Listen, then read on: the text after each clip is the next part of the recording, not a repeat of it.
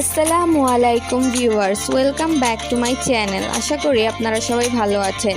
আজকে খুবই সহজ পদ্ধতিতে আমের পায়েস তৈরি করব। চলুন তাহলে রেসিপিটা শুরু করা যাক।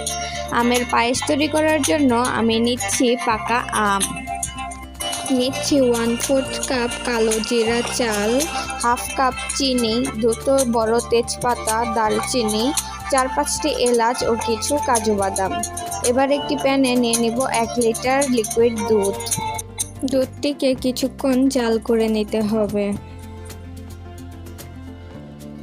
অপরদিকে চালগুলোকে একটি বাটিতে পরিমাণ মতো পানি দিয়ে ভিজিয়ে নেব।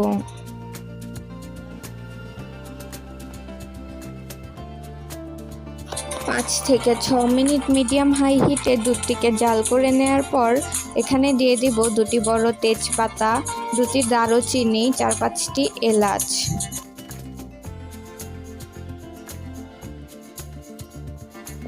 প্রায় 2 মিনিট পর দিয়ে দিব ভিজিয়ে রাখা চালগুলো। এ পর্যায়ে দিয়ে দিব 1 চিমটি লবণ। চালগুলো সিদ্ধ হওয়া পর্যন্ত মিডিয়াম হাই হিটে রান্না করে নেব। চালগুলো সিদ্ধ হয়ে যাওয়ার পর দিয়ে দেব স্বাদ অনুযায়ী চিনি। আমি এখানে দিয়েছি প্রায় হাফ কাপ চিনি। চিনিটা ভালোভাবে গলে যাওয়ার পর এখানে দিয়ে দিব প্রায় 1.5 কাপ ম্যাঙ্গো পিউরি।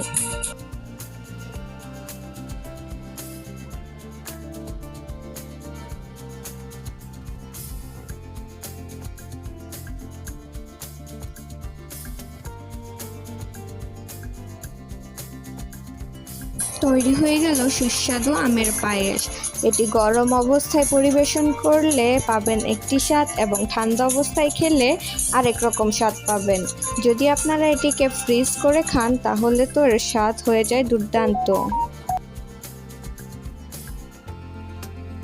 আশা করি আমার এই ভিডিওটি আপনাদের ভালো লেগেছে। যদি ভালো লেগে থাকে তবে আমার চ্যানেলটিকে এখনই সাবস্ক্রাইব করুন।